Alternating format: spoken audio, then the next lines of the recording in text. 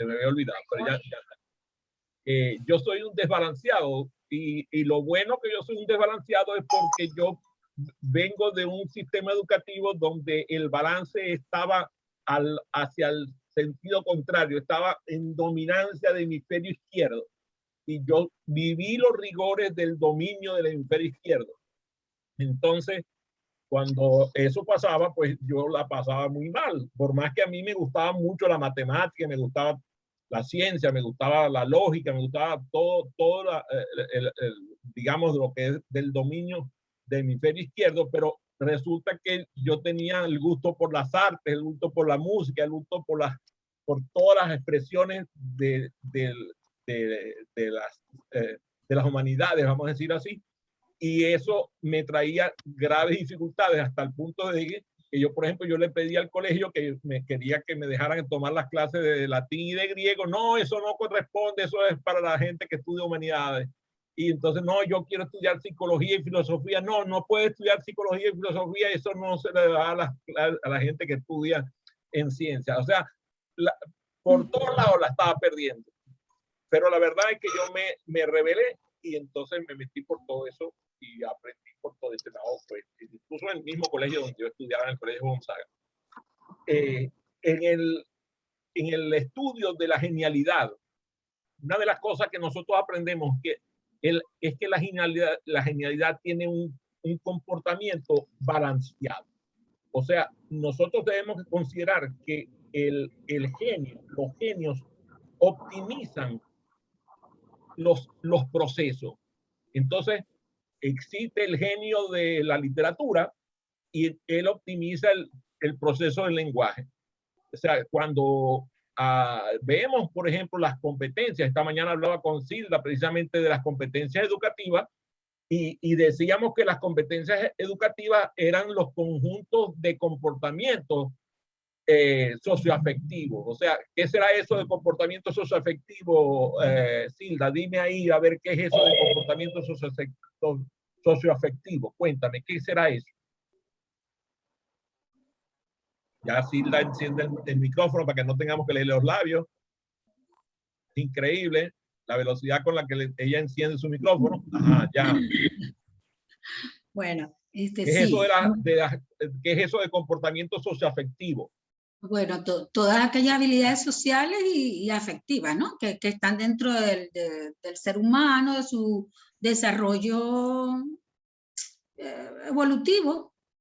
Ajá, y resulta que en el sistema educativo las habilidades socioafectivas son, le hacen así con nitrógeno líquido, le ponen nitrógeno líquido para que queden completamente congelados. Entonces a los muchachos lo sientan y le dicen no se muevan, no respiren, no hablen, cállense, tú sabes, y reciben un promedio de 500 no al día, y con esos 500 no al día ellos se van para su casa y entonces llegan allá en la casa y cuando empiezan a hablar los papás le dicen no hable, no se mueva, no respire, siéntese, haga ahí, siéntese, no se mueva, y todos los no se los vuelven a llevar. Y entonces en la noche ellos rezan, Dios mío, dame el chance de poder hablar, de decir algo en alguna parte, porque no me dejan hablar en el colegio, no me dejan hablar en la iglesia, no me dejan hablar en la casa, no me dejan hablar en ningún lado.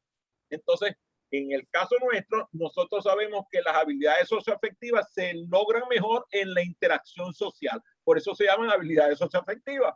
Necesita que la gente las ponga a hablar. Lo mejor que puede hacer un docente es poner a hablar a los socioaprendizajes entre ellos. Y esas competencias de índole socioafectiva, además hay que sumárselas a las competencias, a las habilidades cognitivas. Ajá.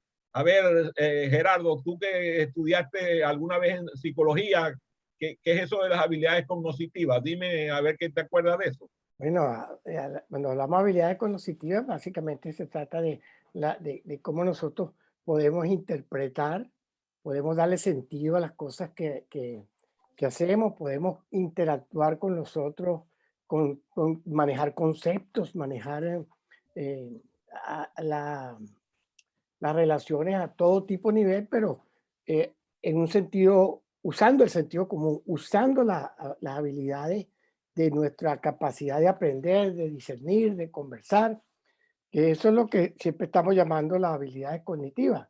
Precisamente Y está ahí, resulta esa que entonces capacidad. los docentes, en vez de utilizar las habilidades cognitivas de los estudiantes, le dicen la definición de es esta, la definición de esto es esta. O sea, no le dejan el chance de que cada uno descubra su propio concepto, sino que le dan el concepto que ni siquiera es del docente, sino que es del libro que leyó, que lo más seguro es que sea un libro que tiene una antigüedad tal que ya el concepto es obsoleto. Así es. Si nosotros queremos desarrollar las habilidades cognitivas de nuestros estudiantes, tenemos que permitirle el acto libre de pensar. Y para que el acto libre de pensar ocurra, y en estos días, por cierto, Silda hizo una presentación estupenda sobre el libre albedrío y sobre los determinismos. Entonces, nosotros vemos que en la escuela los determinismos aparecen en todas las formas posibles. O sea, todo lo que tiene que ver con normas, procedimientos, están establecidos de tal manera que sean de una rigidez tal que es todo determinante. Nunca, jamás, todas las palabras determinantes se dicen mayormente en clase y se aprenden en casa. O sea, los padres utilizan los determinismos en forma habitual en el lenguaje. No se hable de los docentes. El determinismo se siembra en el sistema educativo. Dime, Silvia. Sí, que se deja fuera, o sea, se centra en el pensamiento memorístico.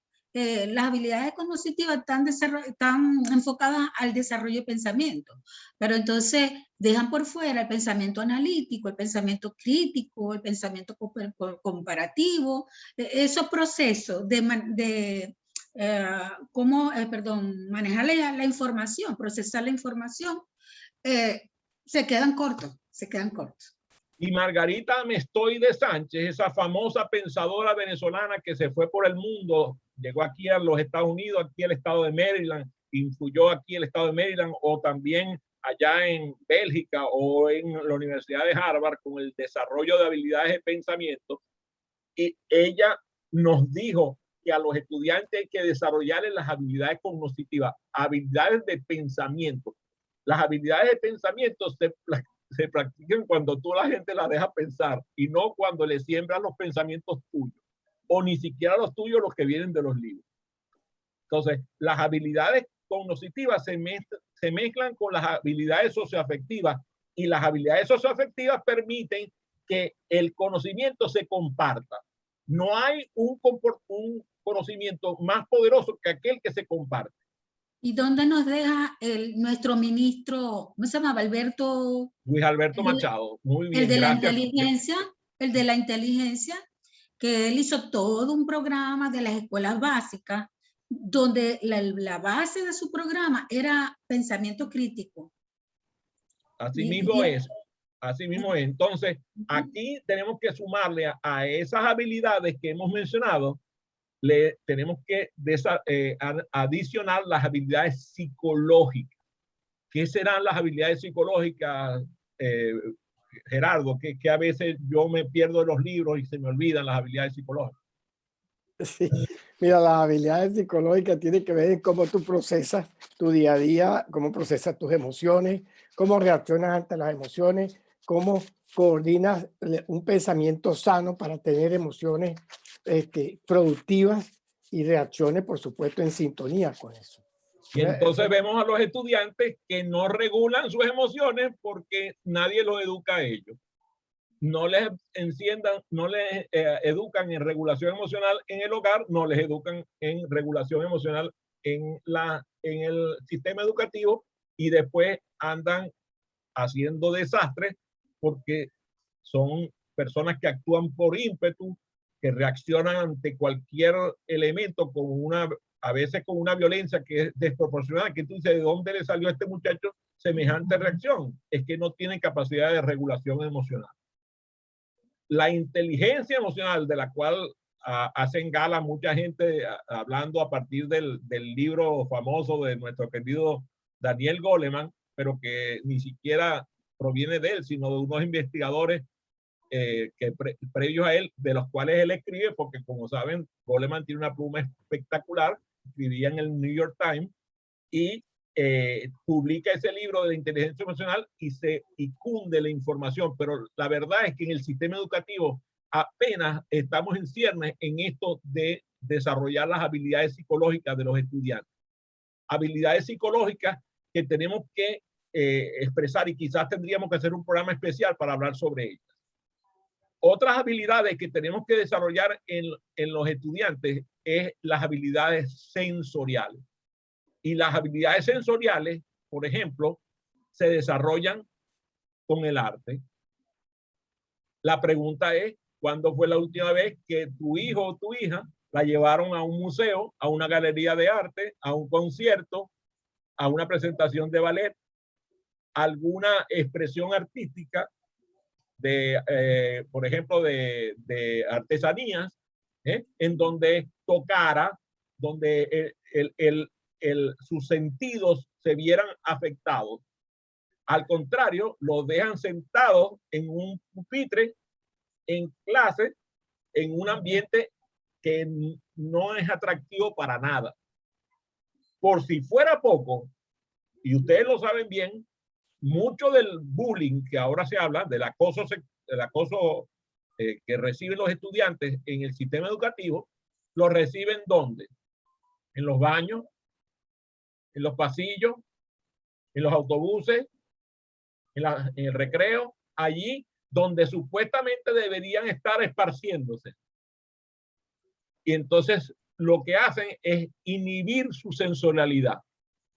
Si un estudiante tiene el deseo de expresar sus emociones a través de sus sentidos, eso no está permitido. En clase no se mueva, no respire, y además normalmente en un pupitre, en una silla que no es ergonómica, en un salón que parece la antítesis de un ambiente de aprendizaje, que normalmente son grises, oscuros, con iluminación precaria, con unos sistemas que comprometen la sensorialidad del estudiante.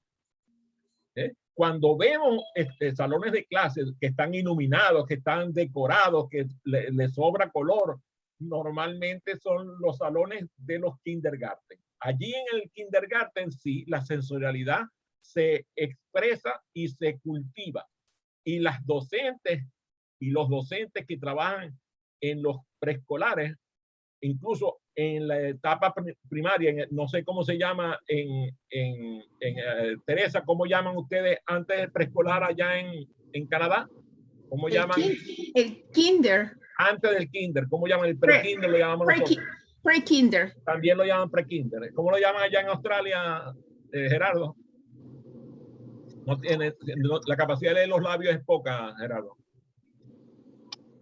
No, igual kinder.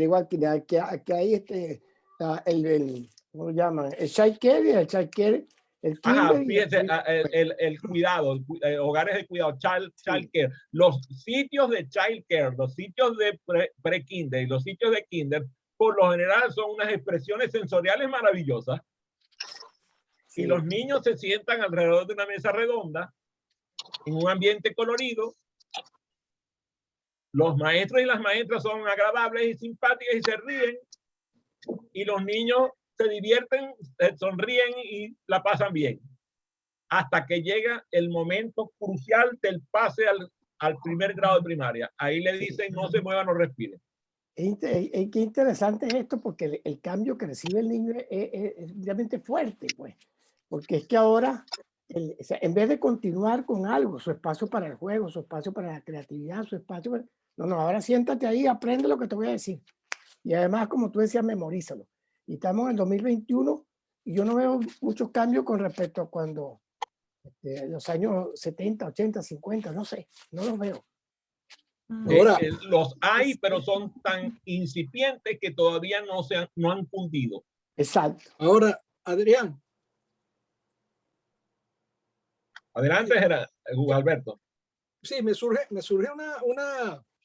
una duda, porque estamos hablando, o sea, ustedes me están hablando y estoy escuchando con atención, pero nosotros venimos de una pandemia muy severa y de una situación de que por lo menos, no sé la realidad en otros países, pero nosotros tenemos ya prácticamente 2 años sin asistencia a escuelas, con alumnos y participantes en procesos educativos sometidos a espacios limitados, en donde tienes que estar en tu casa, el contacto social es muy restringido, no hay interacción social, las habilidades psicológicas posiblemente se ven impactadas por la misma condición ambiental en la cual se encuentran los participantes. Entonces, es una situación que tenemos que revisar, porque quizás el espacio en el cual nosotros hemos estado manejando procesos de aprendizaje ha cambiado. A mí me ha tocado facilitar programas virtuales en donde es muy complicado ese contacto, ese cara a cara. Entonces, estas realidades, quizás con la nueva condición del entorno, creo que ha variado, ¿no? No es que crees que has variado y no ha variado poco, ha variado de forma contundente y de forma grave. Además, en el caso tuyo que estás en Venezuela, el caso se agudiza en la gravedad por la ausencia de recursos. La conexión a internet es precaria, la posesión de computadoras es mínima, o sea, el número de hogares que poseen computadoras, incluso que a veces tienen una computadora, pero pertenece a una generación tan antigua que no permite realizar muchas de las acciones que, por ejemplo, Dani Carrasco realiza de forma hábil, que nosotros vemos que ella no, deja a todo el mundo deslumbrado con lo que logra hacer, pero resulta que cuando vas a ver los requisitos que tiene el sistema para que aquellas personas que viven en países como Venezuela, oye, es una cosa terrible. De hecho, estamos viendo países en donde la conexión la realiza la gente a través de un teléfono celular con una señal de internet precaria. Entonces, ni siquiera una cámara puede prender. O sea, la gravedad es todavía mayor, pero es que si fuera poco, el haber permanecido encerrados de esta manera, como la has descrito de forma muy aguda y preocupante, está produciendo un daño psicológico que vamos a tener que estudiar porque no sabemos de qué tamaño es el daño. Por ejemplo, a mí me toca mucho la realidad aquí de los Estados Unidos. Aquí en los Estados Unidos existen ciudades que son muy variadas. Por ejemplo, yo vivo aquí en el estado de Maryland, donde la gente tiene hogares amplios, espacios muy amplios, con espacios verdes alrededor, y digamos que la pandemia, a la hora de la cuarentena, el impacto fue mucho menor que, por ejemplo, ciudades como Nueva York, Chicago, Atlanta, en donde la gente tuvo que encerrarse en espacios reducidos, o como en algunas ciudades, por ejemplo, de España o Francia, en donde los apartamentos parecen closets y la gente no tiene dónde moverse, y la encerrona les puso lo que se llama la proxémica. La gente se hartó de estar cerca, estaban tan cerca que estaban hartos de estar juntos. Así se quieran y se amen, la gente no está preparada para estar cerca de la otra de esa manera. Entonces, no es lo mismo la realidad venezolana, la realidad colombiana, la realidad los estadounidenses, o la realidad que tiene Teresa ya en esa belleza de ciudad donde ella vive, allá en Edmonton, Canadá, en donde el verdor, los espacios abiertos, aquello que es más grande, tu bosque personal. y ella nos vive metiendo los bosques y los conejitos y los venaditos, ¿sabes? Por todos lados, mientras que mucha gente en algunas ciudades no ha visto un animal desde hace rato y se lo ha visto para comérselo. Entonces, yo comprendo, Gualberto, y que tenemos que ampliar el horizonte para decir las cosas que vayamos viendo, y creo que vamos a tener que agarrar un tema, un día, el tema que Gualberto nos ha presentado hoy con gran preocupación. Sigamos viendo, por ejemplo, aparte de las habilidades sensoriales, las habilidades motoras. O sea, imagínense, si nosotros antes, hubiéramos dicho al sistema educativo que había que desarrollar las habilidades motoras, lo que hubieran dicho es que había que darle clases de deporte o de educación física. Entonces, agarraban a la gente, le daban 1 hora de educación física y con eso ya las habilidades motoras estaban atendidas. Muchas escuelas y muchos lugares de educación ni siquiera esa hora de educación física la tenían, ni siquiera respetando el programa de los ministerios de educación. Yo estoy seguro, y aquí no me deje nadie mentir, que tanto Venezuela como México, como Colombia, como Australia, como Canadá y los Estados Unidos, todos tienen programas de educación física dentro de las escuelas. Pero 1 hora de educación física no es suficiente. Nosotros necesitamos que el cuerpo intervenga. Por lo tanto, sabemos que tenemos que incorporar el aprendizaje. Incorporar significa meter en el cuerpo y por lo tanto el cuerpo tiene que estar vivo durante toda la experiencia de aprendizaje. Si nosotros tenemos a la gente tomando clases durante 4, 8 horas, el cuerpo tiene que estar involucrado en el proceso de aprendizaje. Y ese trabajo de desarrollar la habilidad motora incluye a que los docentes que están dando matemáticas, química, física, biología, literatura, usen el cuerpo. Ahora le pregunto yo, ¿cuántos profesores que ustedes conocen que dan esas materias que acabo de nombrar usan el cuerpo para algo? Muy pocos. Y aquellos que lo hacen tienen fama internacional. Nosotros hemos visto, aquí tengo yo un libro de Ralph Esquith, The Method and Madness Inside Room 56. Teach like your hair is on fire. Así se llama. Enseña como si tu cabello estuviera incendiado. Aquí hay un ejemplo. O sea, imagínate, este tipo puso un sistema donde el cuerpo se metió en la clase y hasta libros le sacaron de su éxito alcanzado con el uso del cuerpo en el proceso de aprendizaje. Entonces, para desarrollar las habilidades de las cuales hemos hecho mención, a ver, ¿cuáles son? Sensorial. Sensoriales, motora, psicológica, socioafectiva y cognitiva. Nosotros necesitamos que se lleve a cabo todas esas habilidades en un desempeño diario en funciones y actividades y tareas que se realizan en la escuela.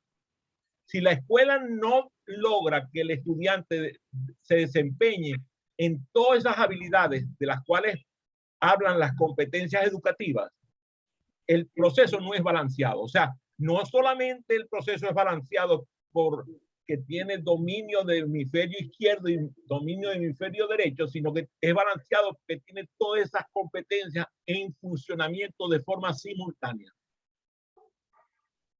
Ayer hablaba Dani Carrasco de la necesidad de tener un proceso sistemático y sistémico. Entonces, tenemos que tener una estrategia sistemática de desarrollo de habilidades educativas, de desarrollo de competencias educativas y un proceso sistémico de desarrollo de competencias educativas. Por lo tanto, no hay desarrollo de habilidades motoras separadas de las sensoriales, separadas de las socioafectivas, separadas de las cognitivas. Están todas juntas y además tienen que estar inmersas todas en una habilidad psicológica colectiva. O sea, el docente con un desarrollo de habilidades psicológicas propias de los docentes y un estudiante con desarrollo de habilidades psicológicas propias del estudiante.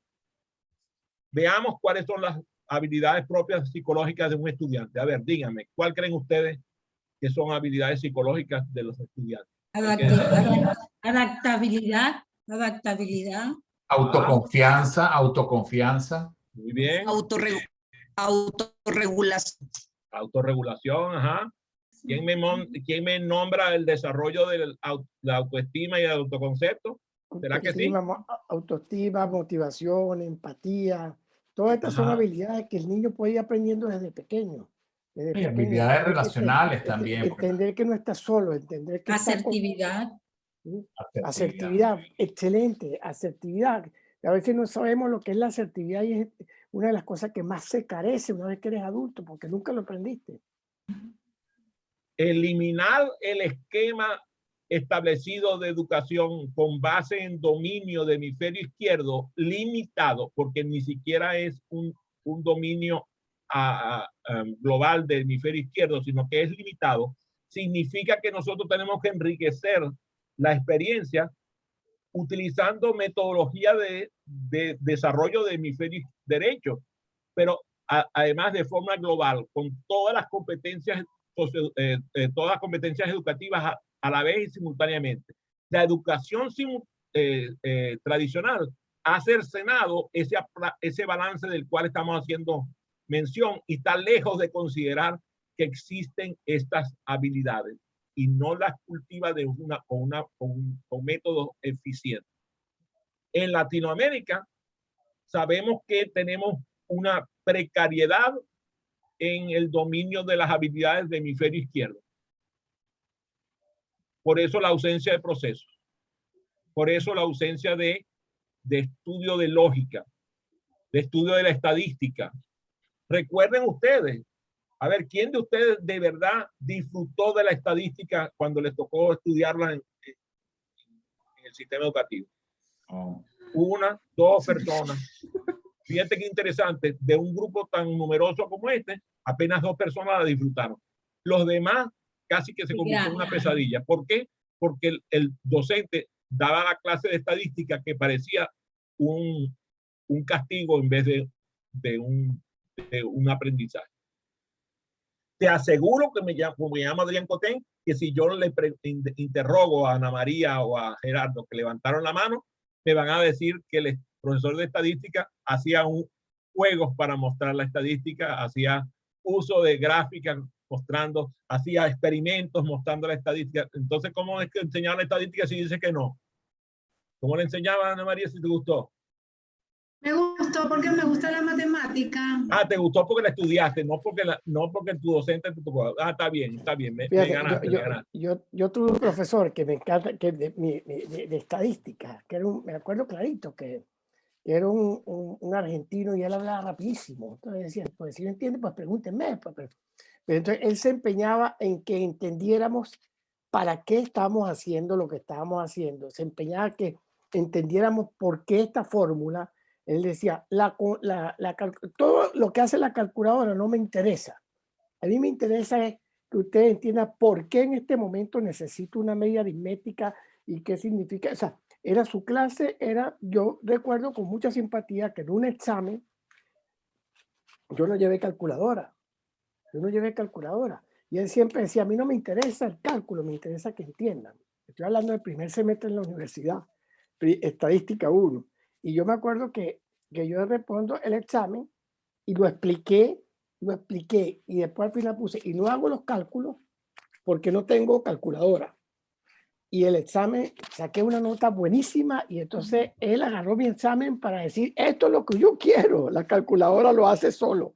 Y me salió buenísimo. Yo vamos a decir es verdad lo que él dice.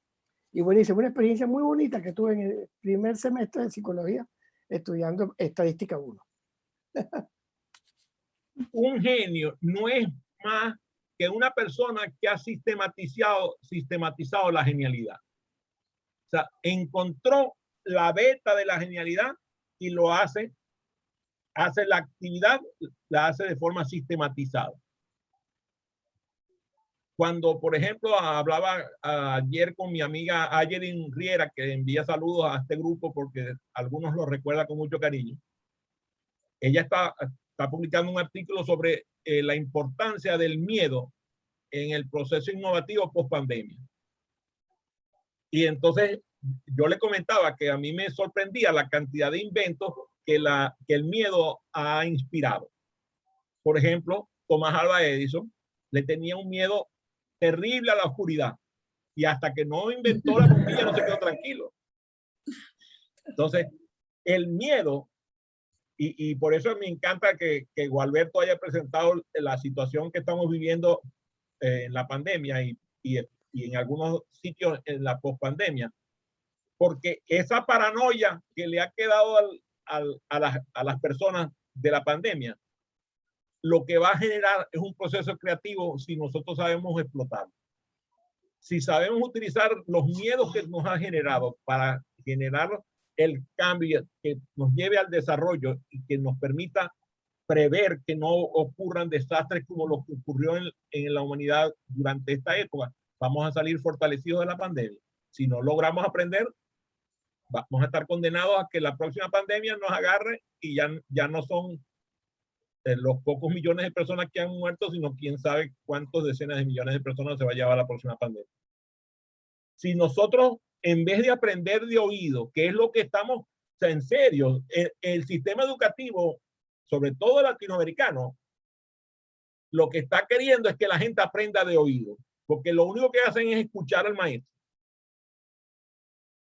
Y yo no sé si alguno de ustedes ha aprendido a tocar un instrumento con habilidad, pero excepto algunos, así como Gustavo, que ya yo sé que él interpreta con excelencia la guitarra, pero si Gustavo se pone a compararse con aquellos guitarristas que con las mismas habilidades que él estudiaron para ser guitarristas, él les va a decir, oye, este tipo está mejor preparado que yo porque lo estudió.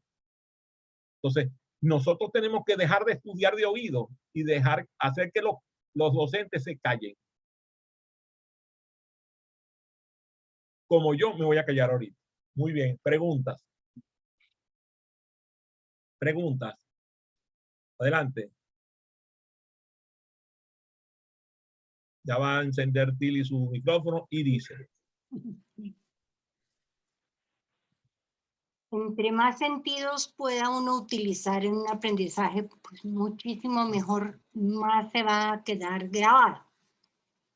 ¿Qué se puede hacer para que las personas se den cuenta de la importancia de oír, escuchar, mirar, ver, que son verbos totalmente distintos y la gente los utiliza indistintamente? Y la kinestesia, que nos permite poner en práctica esos conocimientos. Si sumamos todos esos sentidos, podemos llegar a que la comprensión y la recordación sea muchísimo mayor. El oír es un acto biológico, el escuchar es un acto humano. Nosotros podemos cultivar el oír y podemos cultivar el escuchar. Y el mirar y ver. Lo mismo ocurre con el fenómeno del mirar y el ver.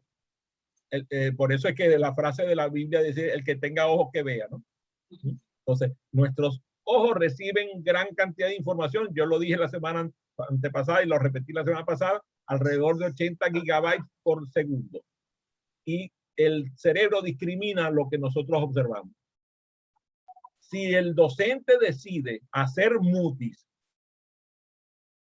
callar y catalizar el proceso de aprendizaje de sus estudiantes, exponiendo sus sentidos a que ellos disfruten del proceso de aprender a través de sus sentidos, el incremento del aprendizaje va a ser glorioso.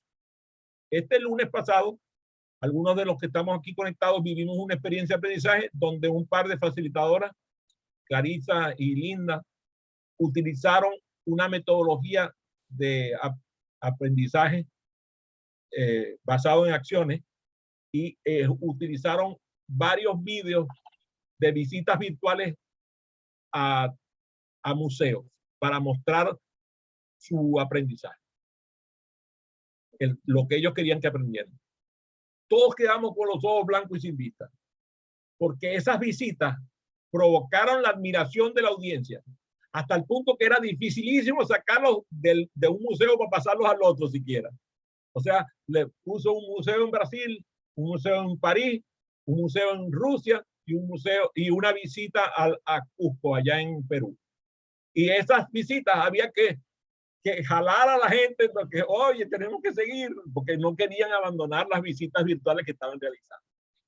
El estímulo es tan poderoso que la gente me confiesa que después de que terminó la sesión, lo que hicieron fue meterse en los vínculos que le había compartido estas dos facilitadoras para visitar los sitios que le había contactado. Entonces la pregunta es, si eso lo hacen con una visita virtual, ¿qué pasará el día que alguna de esas personas visite el Hermitage, que fue el museo que mostraron, que prácticamente tú puedes pasar 2 semanas y todavía estás empezando la primera ala?